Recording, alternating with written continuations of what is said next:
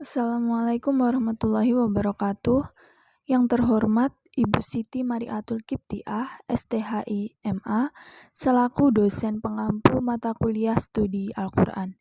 Sebelumnya, perkenalkan kami dari kelompok 7, kelas Perbankan Syariah E semester 5, dengan anggota Muhammad Iqbal Ikromi, Nafara Mayantika, serta Nirma Wulandari. Di sini kami akan mempresentasikan materi mengenai Al-Amthal fil Quran atau perumpamaan-perumpamaan dalam Al-Quran. Yang pertama, A. Pengertian Amthal Al-Quran. Amthal adalah bentuk jamak dari kata matsal atau perumpamaan, atau mitsil atau serupa. Sama halnya dengan kata syabah atau syabih. Karena itu, dalam ilmu balaghah, pembahasan yang sama ini lebih dikenal dengan istilah tasyibih, bukan amsal. Dalam pengertian bahasa atau etimologi, amsal menurut Ibn al-Faridz adalah persamaan dan perbandingan sesuatu dengan sesuatu yang lain. Atau menurut Al-Asfahani, amsal berasal dari kata al-mutsul, yakni al-intisab atau asal atau bagian. Matsal berat mengungkapkan perumpamaan.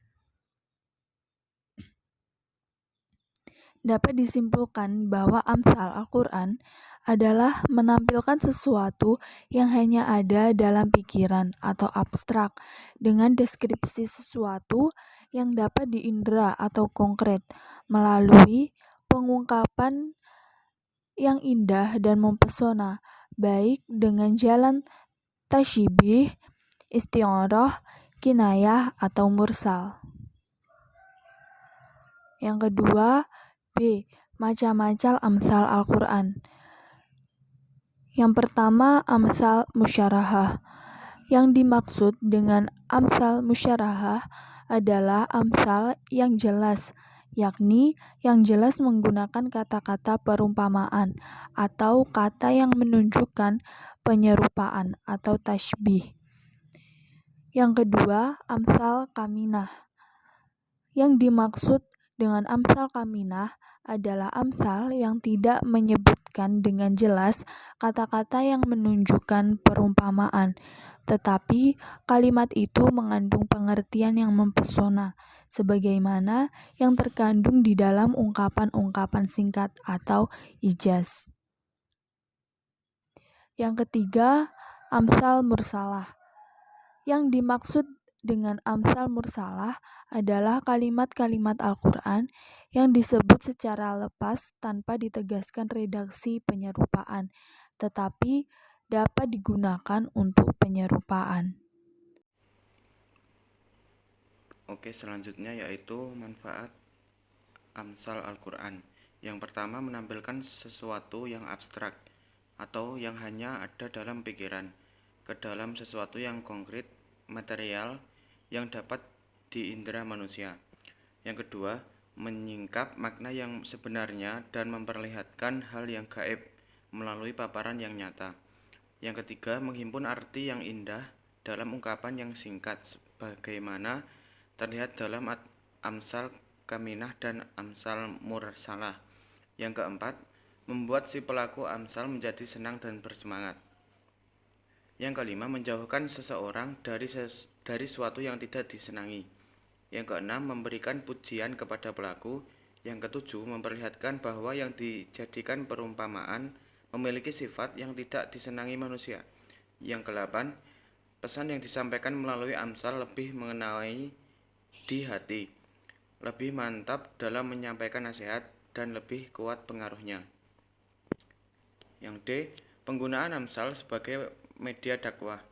Berkaitan dengan strategi dakwah, Mustafa Mansur menyatakan bahwa setiap pendakwah harus membekali dirinya dengan pengetahuan yang dapat mengetuk dan membuka hati pendengarnya sehingga ia dapat menyampaikan pesan-pesannya. Salah satu strategi yang dapat digunakan adalah melalui media amsal. Di sisi lain, banyak aspek ajaran Islam yang bersifat abstrak, yang sulit diterima oleh akal pikiran manusia. Di antaranya adalah gambaran tentang hilangnya pahala sedekah seseorang yang disertai sifat riya.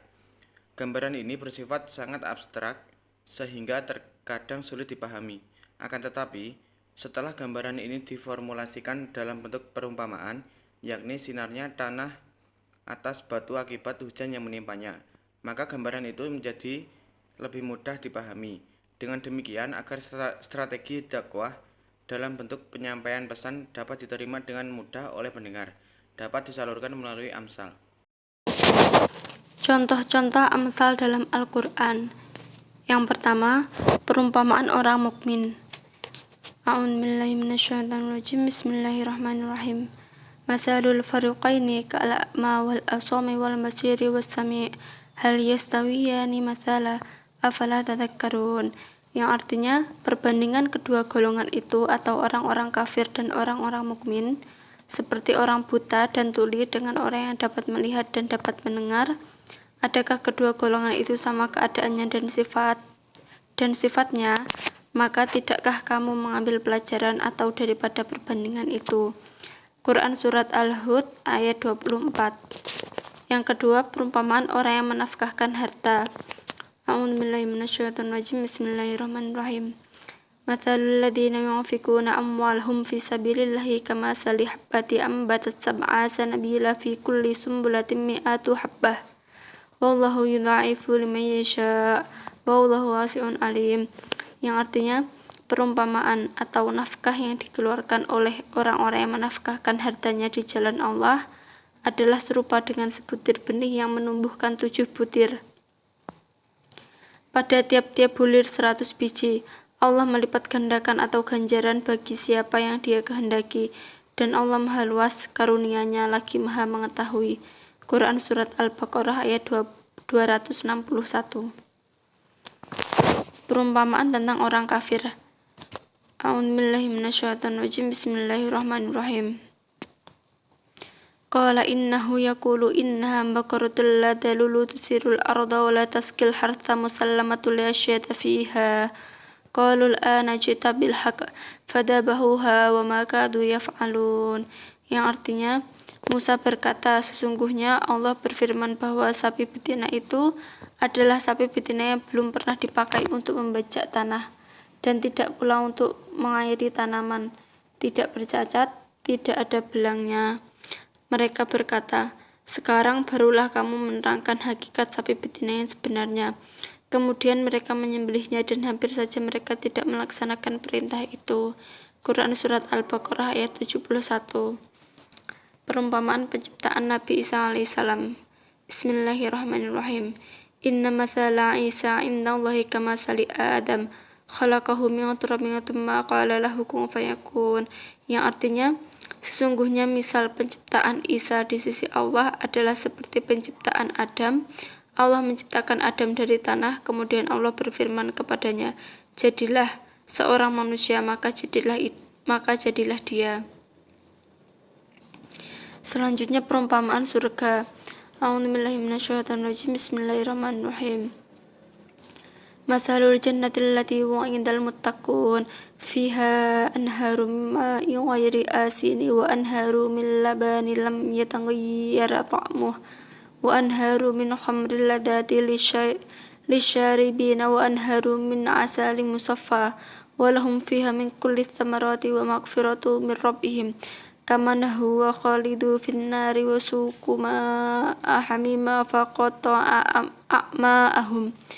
Yang artinya, apakah perumpamaan penghuni jannah yang dijanjikan kepada orang-orang yang bertakwa yang di dalamnya ada sungai-sungai dari air yang tiada berubah rasa dan baunya, sungai-sungai dari air susu yang tidak berubah rasanya, sungai-sungai dari khamar yang lezat rasanya bagi peminumnya, dan sungai-sungai dari madu yang disaring, dan mereka memperoleh dalamnya segala macam buah-buahan dan ampunan dari Rabb mereka, sama dengan mereka orang yang kekal dalam jahanam, dan diberi minuman dengan air yang mendidih sehingga memotong ususnya. Quran Surat Muhammad ayat 15. Sekian dari kelompok kami. Jika ada kurang lebihnya kami mohon maaf yang sebesar-besarnya. Akhirul kalam, wassalamualaikum warahmatullahi wabarakatuh.